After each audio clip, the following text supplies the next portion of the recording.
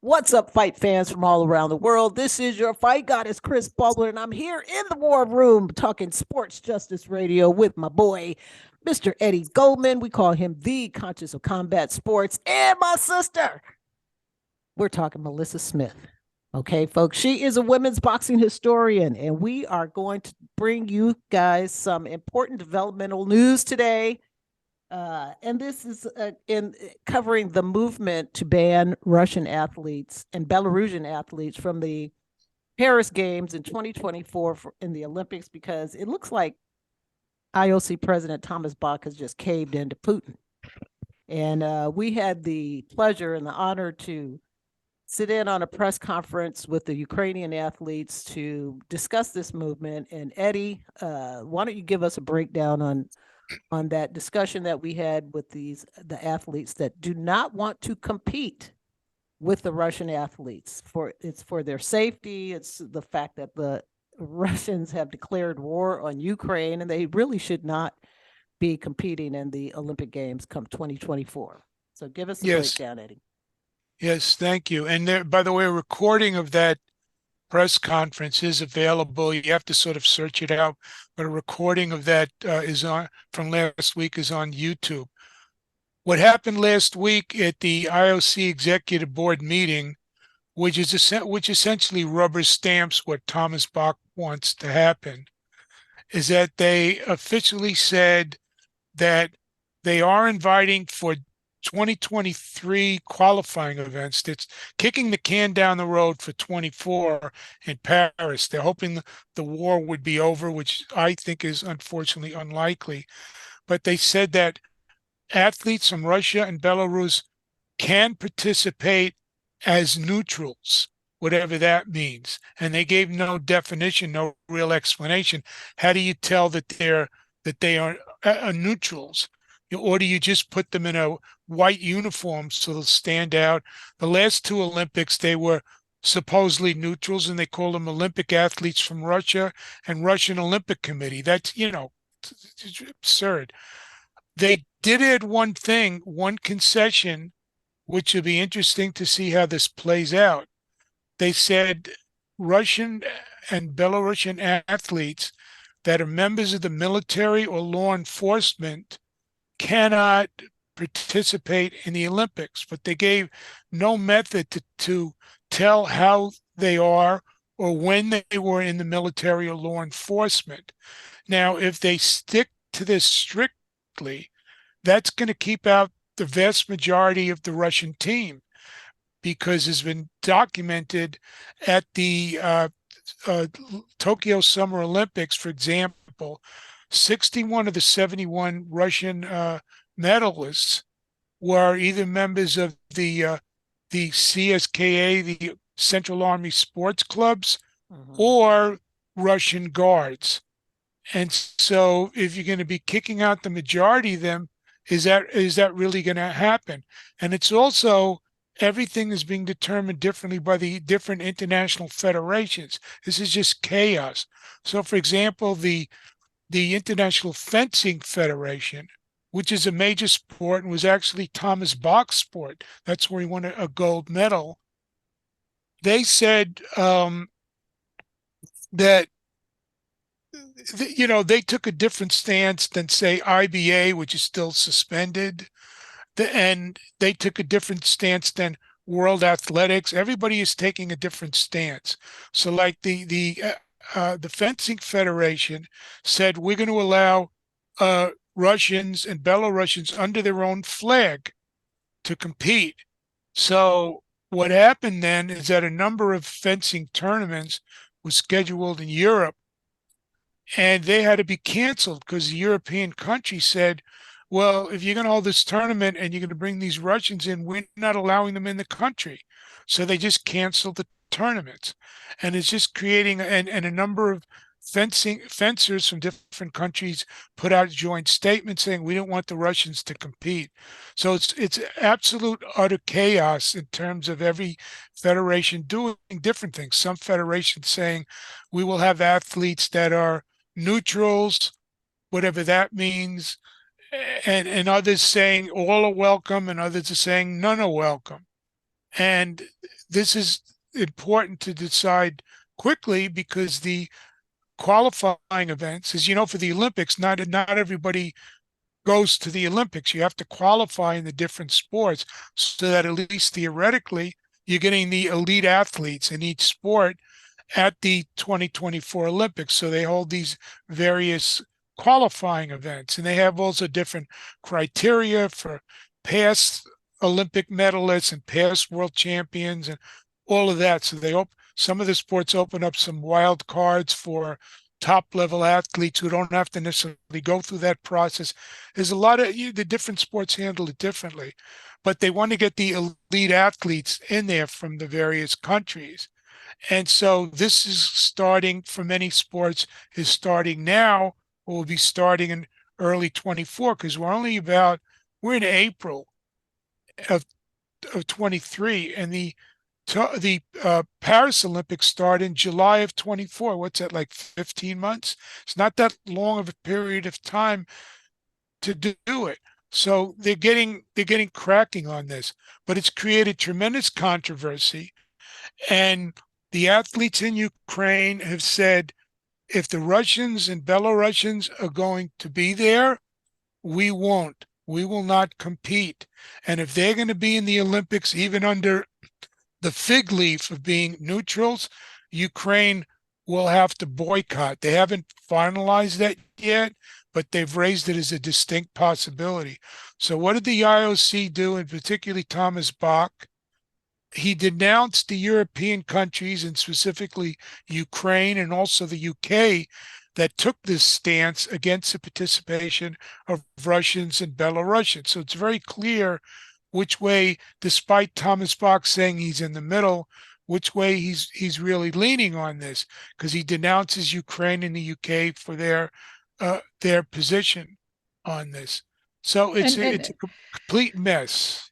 But isn't there there's two other things though, right? Because the mayor of Paris says that they don't want the Russians to compete in the game. So that's number one. But more importantly, to step it back a little bit, the Russian Federation in particular, their athletes have notoriously been breaking, the bans on the use of all sorts of steroids and other kinds of drugs. So, okay, here you're going to allow athletes under neutral flag with presumably no organization behind them. Who's going to do the VADA testing? Who's going to ensure that these athletes are playing by all the other rules? So USADA, which seems is to still be breaking the sport. USADA, the Russian anti-doping agency, is still considered non-compliant by the World Anti-Doping Agency. This is going on from the scandal at the Sochi Olympics, where they were changing the samples in the vials and switching the vials through a hole in the door, and this kind of James Bond type stuff. That's not clear, and Bach hasn't addressed that. And the other thing is, if you want them neutral, Poland came up with a solution, because that Poland is an important country in terms of sports.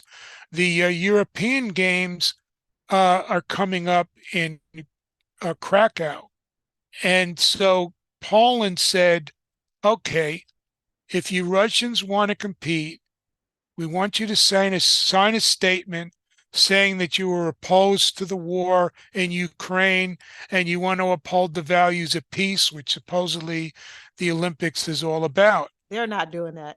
They're not going to do it. And it's also impractical, frankly, because if the athletes do that, it's illegal to do so in Russia. There was a story of one of the kids and one of the children in school drew an anti-war picture, and they arrested her father, and her father fled Russia, but he was caught in Minsk in Belarus. I mean, you go to jail for this, and now you're talking about a prominent Olympic level athlete to do this, not just people that just ordinary people.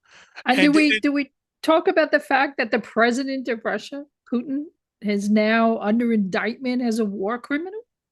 Well, that doesn't matter to them. Factor in, to the Olympic movement for war crimes? Right. We're getting indictments. indictments of both the president of Russia and Trump too. The same. Well, but period in of the time. sense of Russian athletes participating, I mean, their president is under indictment for war crimes, specifically for the war between Russia's invasion of Ukraine. One would think that the Olympic movement, which is dedicated to peace, would consider that in their thinking. That's Some people precisely are the issue. considering that. That's not important to Thomas Bach. Right. What's important to Thomas Bach is that they make as much money in their view as possible, although they're necessarily not, they look to me, it looks like they're screwing the whole thing up and destroying the Olympic brand, because this is what people a year before the Olympics, this is all what people are talking about, not who's going to compete, who are the favorites, the usual sports type stories. People are talking about Russia and Ukraine and Belarus and Thomas Bach and all of this stuff, and only secondarily about the issues in the sports.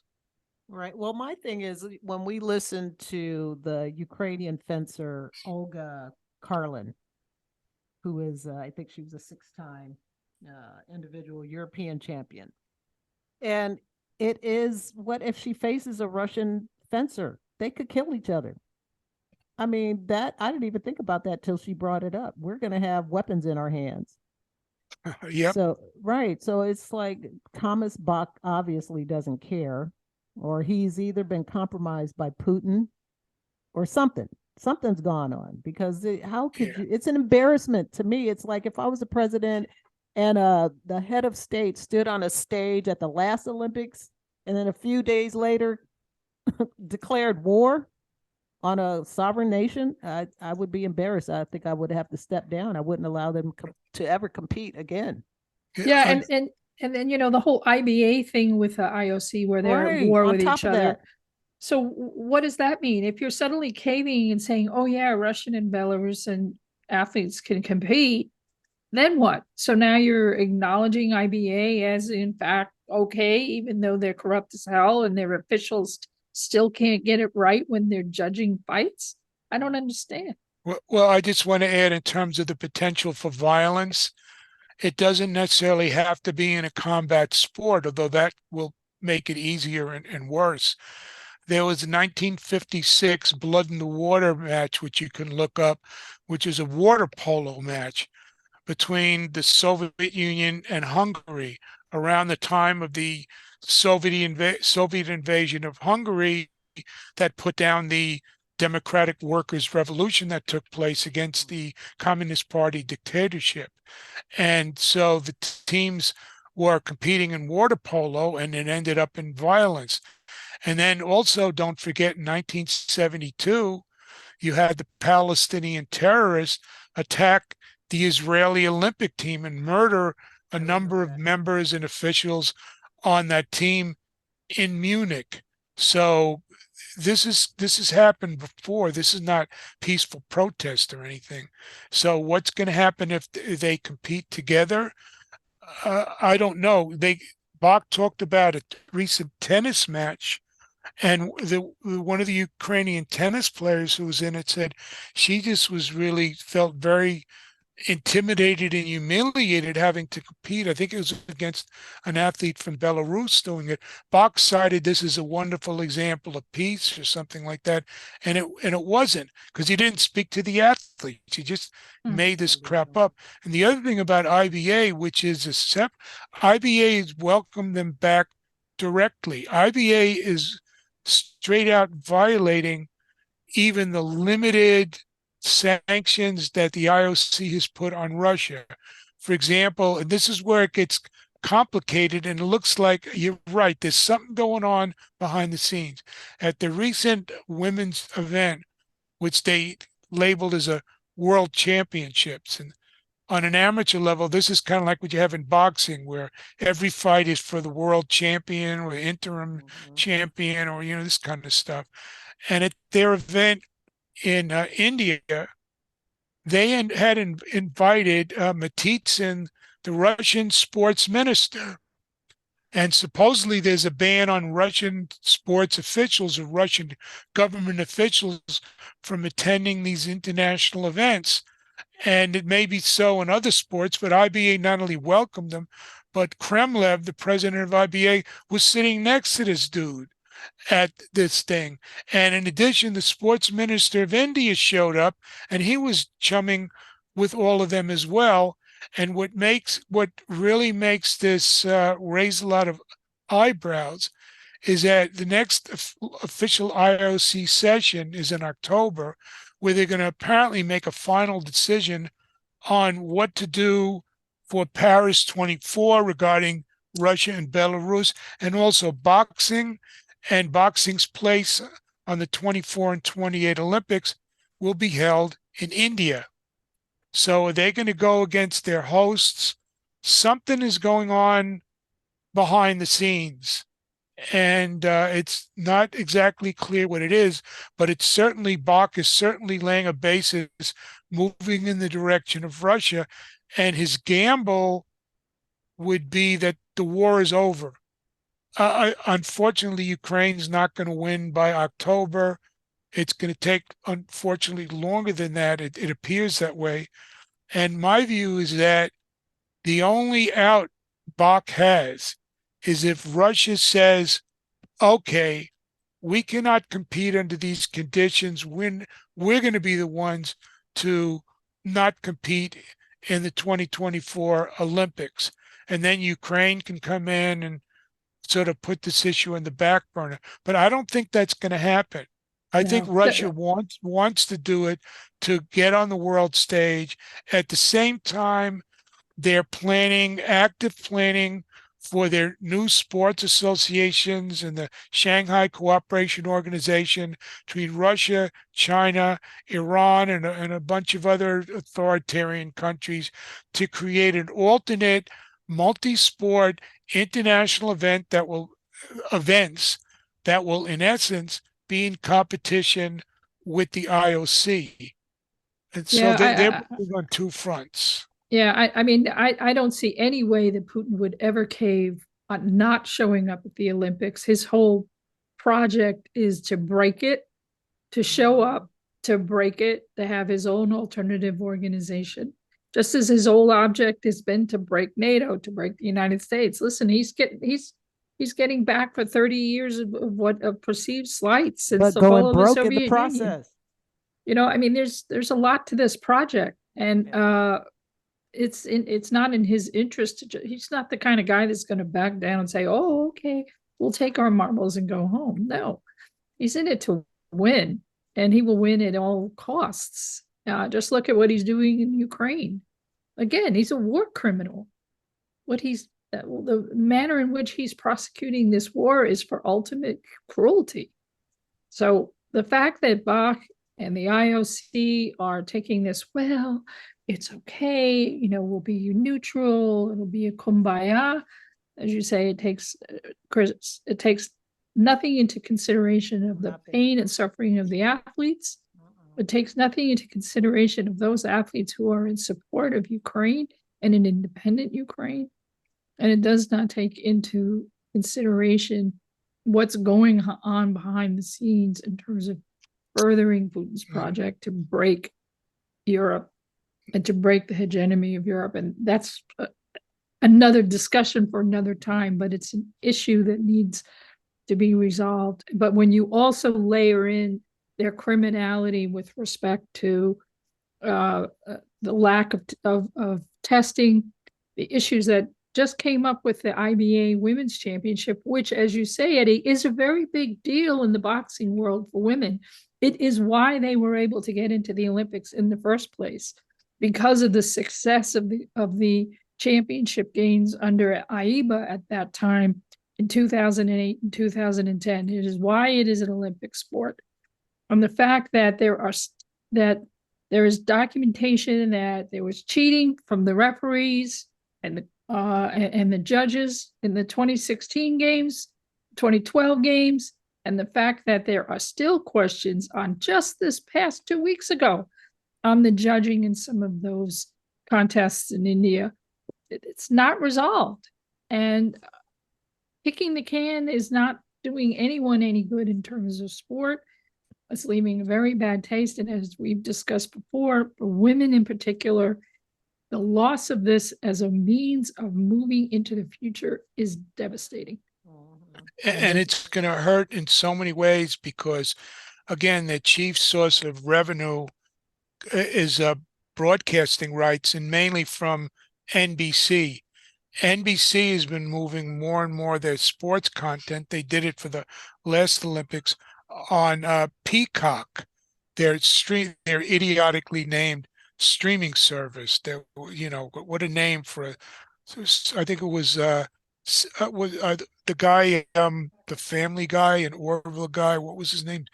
Seth MacFarlane. Is that the guy's name? I forget his name. Yeah. I heard a comment. He said when they came up with the name Peacock, there were no comedians in the room. But anyway, they've been Peacock is now, they got rid of their free tier.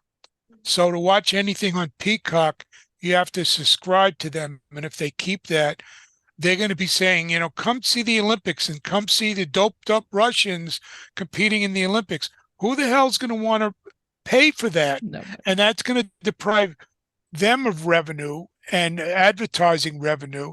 And it's going to make it harder for the IOC to get that broadcasting revenue. I don't know if it's a fixed amount that they got, whether it's dependent on the ratings.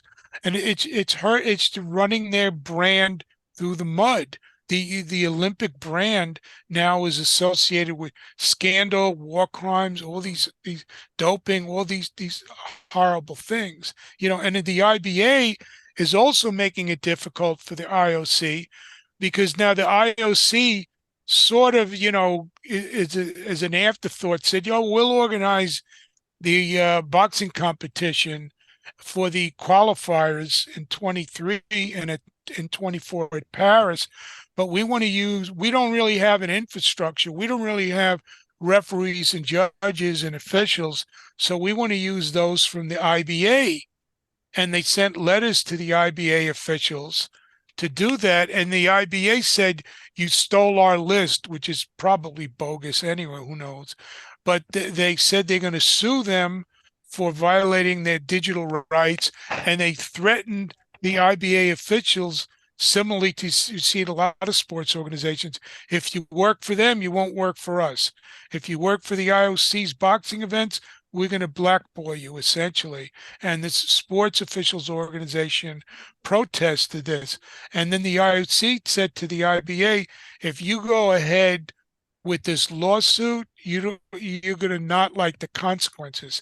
So it's heading down the path very quickly where not only is the IBA going to be officially kicked out of the Olympic movement, but the IOC is going to say, why the hell do we need, and I've been saying this for a long time, why the hell do we need this headache of having boxing in the Olympics?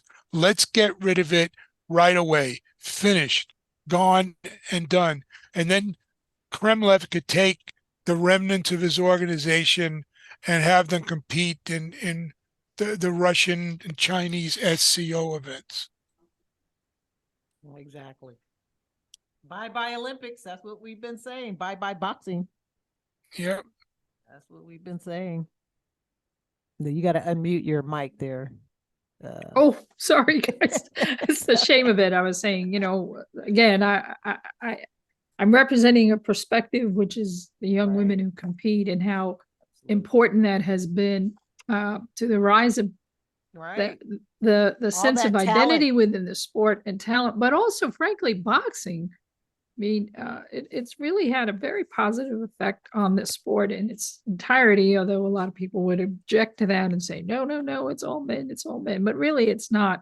If you look at what's happening in the UK in terms of the huge increase and profile of the sport, and in places like Australia, New Zealand, it's shocking, actually, to see how much growth there has been.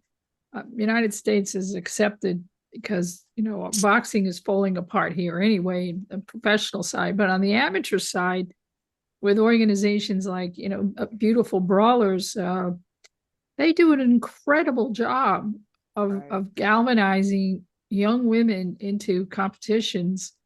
And they work with WBC and other organizations to find funding to support tournaments.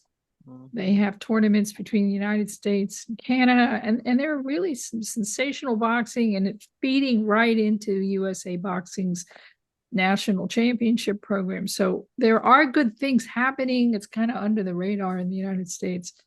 We're not seeing it on the professional side unless it's out of the country, because there's just nobody to broadcast it. I think on the amateur side, WBC is going to come in if this is thrown out of the Olympics. They already have an amateur program. They're probably stronger in Mexico with that. I think they're already taking a position against Russia and for Ukraine. So we'll see what happens with that, and WBA to an extent also. Yeah, they've both been very supportive of the amateur programs. I know that, as I said, with Beautiful Brawlers, they're very supportive. They even have developed these small little amateur belts that they can give to the champions there.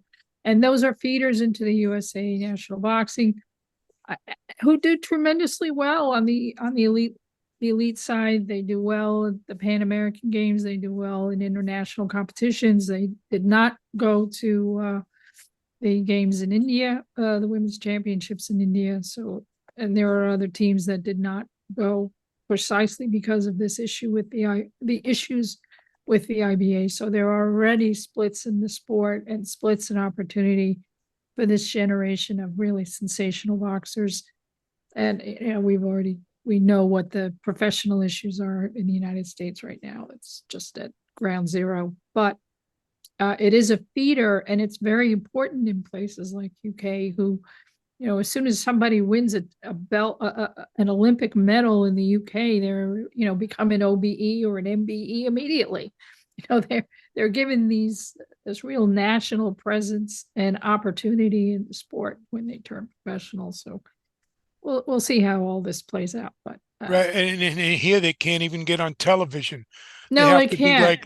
They have to be like Clarissa Shields and go to another sport, go to MMA, go to another country. Yeah. Right, or go to another country to do that. Yeah, I mean, it's disgusting here. She is a treasure, a national treasure, and she cannot box here right now. She still has to go to UK to fight. It's crazy because nobody gives her money. At the IBA women's event, while they let the athletes from Russia and Belarus compete with their own flag and all of that stuff. Even though the Netherlands, the Dutch Boxing Federation said they weren't going to go, individual athletes could go. So one of the Dutch fighters did go to the event, and they said, well, you can't compete as a Dutch fighter. You have to compete as a neutral. So they let the Russians do their whole thing, but not the fighter from Netherlands. And then Kosovo wanted to go, which is a full member of the IOC and a full member of the IBA since I think around 2014, wanted to go. But since India does not have diplomatic relations with Kosovo, they wouldn't let the Kosovo athletes into that, because Serbia it doesn't like Kosovo, which it split from it, and Kosovo doesn't support Russia. So, and India has been pretty much, at least under the Modi regime, has been pretty much pro-Russia. So, they say, well, we have to keep politics out of it. So despite all the rhetoric and the smoke and mirrors, it's very clear which side they're on, who they're punishing, who they're keeping out, and who they're letting in. Excellent. All right. So we're going to keep you guys posted on what's going on with the IOC and the Paris Games. But let's just move right on to Eddie. You got a new gig over at Bloody Elbow. Congratulations. Thank you. It's a freelance gig, and I just wrote an article on my Patreon about it, how difficult things are in the media. And since I wrote that article, we even have the latest development with Felon Mussolini on Twitter. Has said he's gonna he took away the official blue check mark from the New York Times. So That means now that somebody, if they have the time, particularly like in Russia, could come up with a fake New York Times account and print things, that's complete disinformation. And it's just harder and harder in the media. There are layoffs all the time. Forbes has a media layoff tracker that is continuously updated because there are continuously layoffs in the media, while in the US, unemployment is relatively low. In the media, it's just getting worse and worse and worse. So I had this opportunity a few weeks ago. I was contacted by the publisher of Bloody Elbow and going to freelance some articles. They're primarily an MMA site, but they also do have other combat sports. They have articles on boxing. They have some articles on sumo and wrestling. I'll be doing some things on boxing. They already have 3 articles up there because the past week and few days was just a very, very busy time. And it also has to be, most of them are behind a paywall. And I'm not a fan of paywalls, but if you understand what's going on in the media, this is an independent site. Even though they do the MMA stuff, they are not toadies for UFC, which now, by the way, is merging as a company with WWE. They're making it official that it's Oh, my going to be word. WWE. We'll get into that afterwards, but it's just trash, and they have been very critical of UFC, and the people that write for the site, from what I understand, cannot get press credentials and haven't been able to for years for the UFC live events. So it's trying to develop an independent combat sports journalism site, and yeah, there'll be different viewpoints and different opinions on there. So how are they going to be funded? Okay, they were part of Vox Media, which also is one of the zillion media companies having layoffs, and they laid off people and they cut them loose. They say we're no longer going to keep Bloody Elbow as part of the big Vox Media network. So they decided they got all their people together and they said, we're going to create our own independent site. But how do you get some revenue coming in? Well, one way is that they will have free articles, but besides the site, they also have a Substack newsletter that you can subscribe to that will have all of their articles, all of their podcasts, all of their stuff. And this is brand new. They officially became independent just as of April 1. So, and they were, They've been around for a long time, though. they've been How did around for a long time, but they were part of Vox Media, Oh, I see. SB Right. Nation, all of that. So what they need to do is get different revenue sources in. So one of them key one is going to be subscribers. And once you build up more of a subscriber base and have people reading, then you could start to get advertising.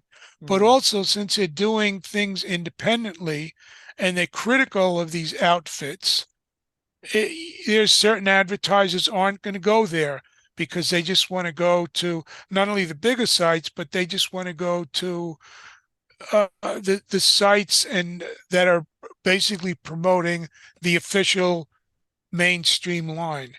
And they will be intimidated if they go on Bloody Elbow. They could be intimidated by the promoters and networks.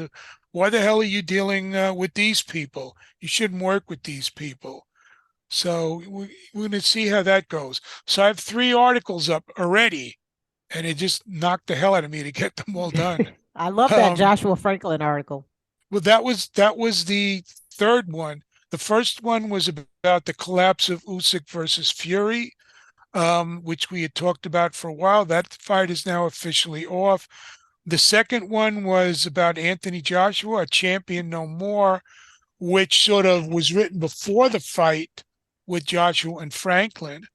And that sort of traced Anthony Joshua's regression and slow decline after his height of his career was in 2017, 6 years ago, when he had that classic fight with Vladimir Klitschko.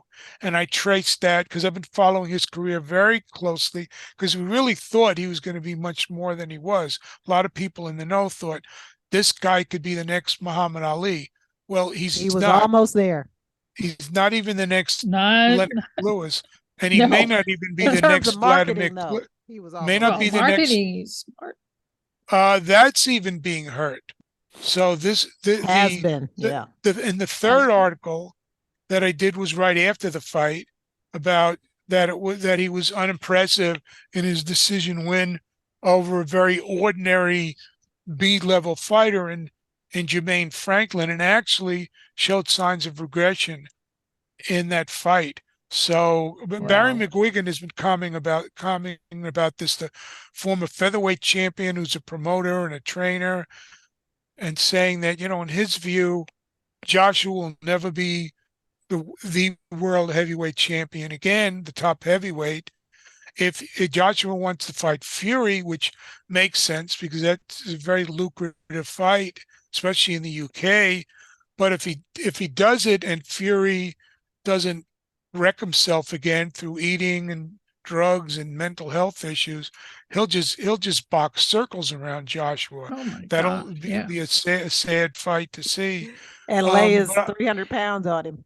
Yeah. Right, Not only but that, but Josh was such a brat, I mean, look, when he lost the second fight to Usyk, he has that rant in the ring. Mhm. And then at the end of the 10th round, after the fight, he gets into this altercation with Jermaine Franklin. I mean, what which the he heck is that? started.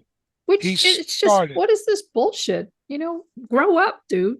Grow up. He's basically he's just falling apart. He's He is. unraveling. What happened was, it was right at the end of the fight. It goes the distance. Each of the fighters turn around and start to go back to their corners, and Joshua sticks out his glove and bangs Franklin in the back of his head. Yep. Franklin turns around. What the hell? The fight's over. Joshua comes over and they sort of wrestle a little bit, and Joshua puts his elbow in his face. Then the corners get involved. It was crazy. And there's Oh no my goodness. there's no Zero. justification for this. You could say, yes, Joshua was frustrated that he didn't look that good and he didn't get the knockout, which he predicted. It's one thing to be frustrated. It's another thing, as Melissa said, for the second fight in a row to start a fracas in the ring. In the ring. I mean, it's just brat behavior. I mean, sorry, Mhm. get yourself into some therapy. We don't need to deal with this. And this is in the O2. That's his home, right? For AJ, they love him, and he was at home. This wasn't in Saudi Arabia or wherever the hell he had his last fight. This was home. This was Yeah. his homecoming. And then, what you're supposed to do is go, oh, damn, I'm really sorry, guys. I've tried. I'm working with my new Right. trainer. He's supposed to be humble pie, not go after some dude he couldn't figure out how to box. What the That is hell? a shame, and that's all it was. He It was is. just mad at himself that He was mad. failed He's sort to of knock like, this dude out. oh, and you think Jermaine Franklin isn't going to, never mind that Jermaine Franklin had his own drama going into the fight week. He sued his trainer, his promoter, Dimitri. Dimitri Salito. And yet, Promotions? like, did he really sue him or not? I mean, Oh for my all sorts of weird gosh. shit. And then I think it was his godmother died, or someone very close to him died during the week. So he had enough drama coming into that fight week. Right. So And was he it a had good just fight? It lost the was fight, too. terrible. And he had just lost a fight to Dillian White, a really good bout. And then he has this, and I was watching Twitter. I was on Twitter as I'm watching the fight, going, and the boxing Twitter was just like, "Can we have a fight, please?" By the 8th round, it was excruciating. It was just like hit it, throw, grab. It was the worst That of is heavyweight just a boxing. shame. I raised in the article a couple of possibilities for Joshua that are realistic. What Barry McGuigan said is right. there's no way that I could see Joshua becoming the #1 heavyweight in the world. But we have all these different sanctioning body belts. You can't rule out him getting another one of these belts again. Because first you have Fury with the WBC belt, but he doesn't have a mandatory. The WBC ordered Deontay Wilder and Andy Ruiz to fight for the mandatory, and that fight has not been made for months, and it may never be made. Yeah. And I don't think anybody wants to see Tyson Fury fight Deontay Wilder for a fourth time, except Deontay Wilder. So that fight is not going to make money. And so what is he going to do? We don't really know. He could retire. He could do the WWE. Who knows what, he's just so unpredictable. And Usyk has 3 belts, which means 3 mandatories. So they're negotiating a fight with Daniel Dubois. Then the IBF has Filip Hrgović is their mandatory. And on April 15th, the WBO interim champion. I mean, I feel almost embarrassed that I know these things. Who's the I'm glad somebody does.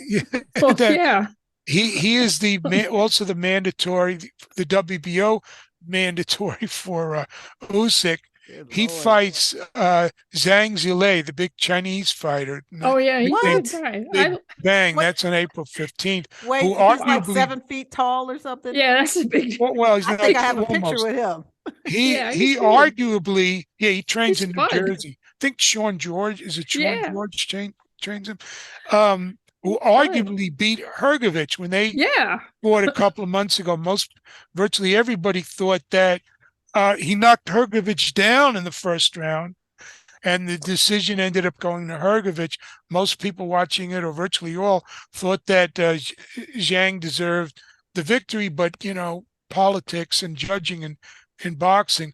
The point is that at some point, is Usyk going to have these 3 mandatory fights in a row with these guys that are not particularly well known in terms of Dubois, Joyce, and Hrgović? So it seems likely that one or more of these belts are going to become vacated at some point. So the sanctioning body is going to want to have a fight which gets the most money. Joshua is still a draw.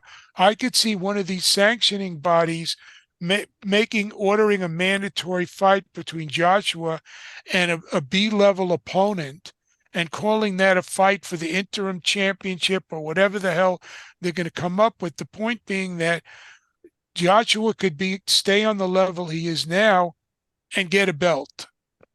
Or get another one of these quote world heavyweight championship belts. The other 2 possibilities I raised is that he does that international tour before he's completely shot. When he was at his peak, Eddie Hearn talked about it. I even asked Joshua about it, that he would fight in Nigeria, which is his heritage, where his relatives are from.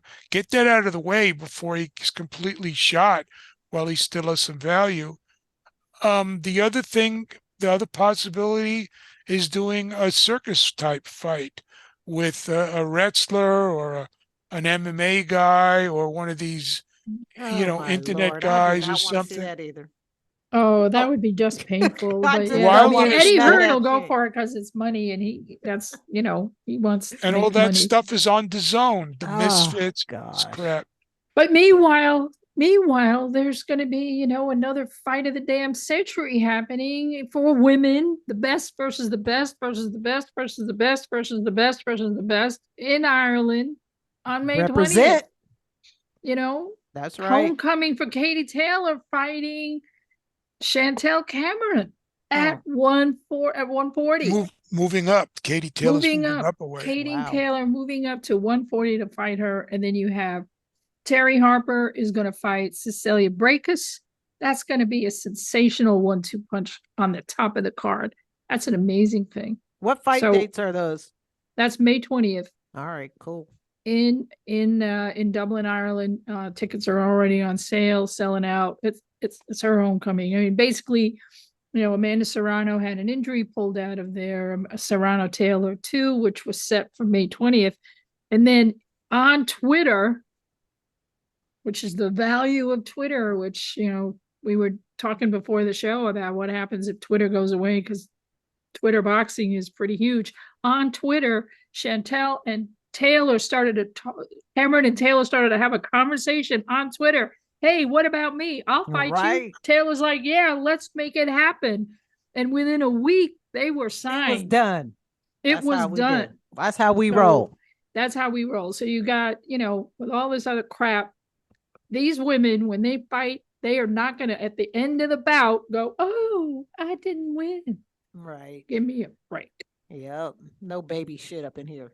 Yeah. All that friggin' millions this guy makes, AJ. I have no sympathy. None. I'm sorry. Get over it. Get into therapy. Figure it out. Exactly. Exactly. I'm sorry. Figure it out. Yep. All right, folks. What else you guys want to cover today? Is that it? That's it. That's all. Listen, right. I want to just say one thing. For the month of March, I put a post up every day on women's boxing to honor Women's History Month. Some people were able to see it.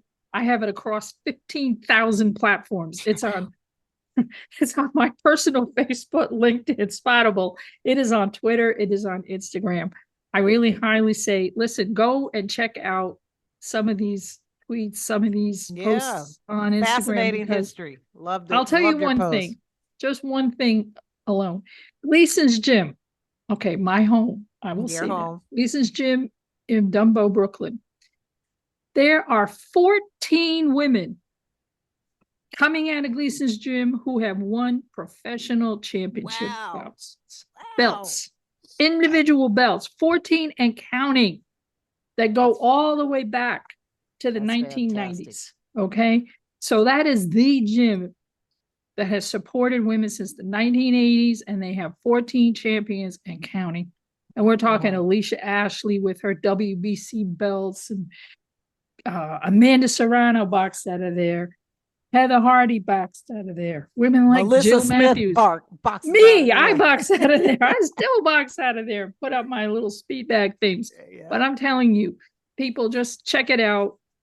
Go to I'm at Girl Boxing Now. Check it out. Give it some love. Give the women who fight some love, because they deserve it. And if you even go further back, Black History Month, I was all about Black women. That's right. So, and athletes. One whole week was athletes. Okay, I'll be quiet now. You want to tell the people where else they can find you, Melissa? Never be quiet. I love it. Yes, at Girl Boxing Now, Instagram, Twitter, LinkedIn, Instagram, Twitter, and Spoutable under my name, Melissa Smith, on LinkedIn and on Facebook. But we got to be friends on Facebook. And I'm working on my second book, tentatively called The Promise of Women's Boxing. I am behind. My publisher's going to kill me. I'm trying to catch up. But it's all about women in boxing and boxing in general, and just fairness and equity, and just getting through this really crazy time in this world. Right. All right, Eddie, tell the people where they can find you. I just want to quickly add one point that we alluded to earlier about what's happening with UFC and WWE. For a long time, I warned that mixed martial arts should not be a spectacle. I wrote about this back in 1997, when very few people were even following mixed martial arts, because the tendency was directly there, and there was a battle within mixed martial arts about whether it should be a sport or a spectacle. And of course, particularly when the Fertitta brothers bought UFC in 91, after it had become financially weakened because of people like McCain and Giuliani and Pataki and the New York Times attacking it and vilifying it and getting it kicked off pay-per-view, they made it even worse. And their model was partially, according to Fertitta, I remember him saying this, boxing and wrestling. And what he meant by wrestling was not the wrestling they do in the Olympics or in the NCAA. He meant the fake wrestling they do in the WWF and WWE at the time. And it's gotten worse and worse and worse. Now it's become official. Endeavor, the parent company of UFC, was officially announced on Monday, April 3rd, has bought WWE. Not only have they bought it under their umbrella, they're merging it into one unit, one Ugh. company, which Ugh. hasn't been named at this point. Ari Emanuel will be the CEO of it, but the executive chairman of the merged WWE UFC will be Vince McMahon, the disgusting, corrupt, longtime head and owner of WWE. And the president of UFC will remain Dana White, which will mean that is now official that Vince McMahon is officially, or will be when the legal papers are finished, Vince McMahon is Dana White's boss. So this is a long time thing, and this is one of the key reasons you don't see me involved in Oh my God. MMA in terms of what's happening anymore, even though I was not the first, but one of the first people that cover this sport back in the day from 1994 on. Wow. You've been there since the beginning, Eddie. Yes. That's crazy. And 'Cause I didn't start me. watching it until like 98, I think. Pride. I I- started watching Pride back in like 98. Yeah, I was already I started with a Strike Force. I Yeah. was Yeah, already something a like that. judge by 98 in UFC, Wow. but That's it was amazing. 98. But That anyway, is crazy. I have the so perfect name for it. Clown Combat Sports Network. Yeah. yeah, but we've been Combat Clowns. a number of us who came out of the MMA world who didn't like the direction of UFC under White, and these people came up as, and it isn't my name, but I think it's an appropriate name, UFWWE. That's what it's been like for a long time. It is exactly. Because even though it's not staged in the UFC, the culture is the same. Yeah. And this was even alluded to in an article on CNBC that came out about this, that's talked about the synergy, said, quote, the organization shares similarities in terms of content and culture, unquote. And I said, yes, disgusting, reactionary, vulgar.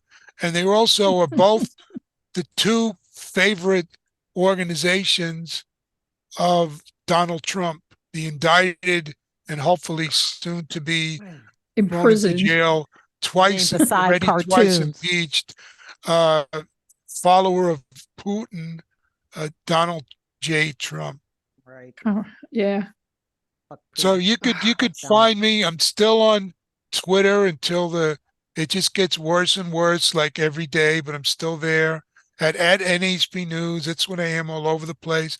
I'm on Spoutable, which still has very little traffic about boxing and the combat sports and even sports in general. And I have my site is eddiegoldman.com, my Patreon, which has a number of these articles, which you should subscribe to, again, to support independent journalism at patreon.com/Eddie Goldman. And you could look me up on Bloody Elbow, and you could comment on these.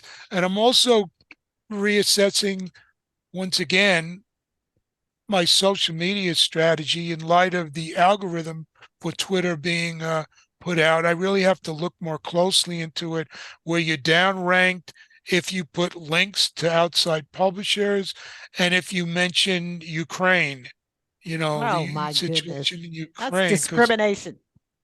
Yeah, so that's what Musk is doing in his private pro-Russian company now. So I'm looking into seeing what can be done on Apartheid LinkedIn. Karen, right? Yeah, maybe posting a little bit more on LinkedIn and looking at other things, looking at what could be done on Daily Kos, which also does not have very much at all on sports, and I don't think anything on boxing. No, not that I've seen, but maybe it's something we can start to try to grow, if we get enough people. Yeah, that's Start to free. do some content. That's not paywalled. It's No, community it's free. supported. You can contribute to it. Yeah. And has a lot of interesting stuff. Right. It does. I really like it. All right, my beautiful people. Well, that is all that we have for you today. You guys can find me. I'm barely there because I've been writing my book, Melissa and Eddie, and I finished it, I think. Wow, What's it about? awesome. It's called the Urban Warrior Survival Guide: The Essential Tools for Emergency Preparedness.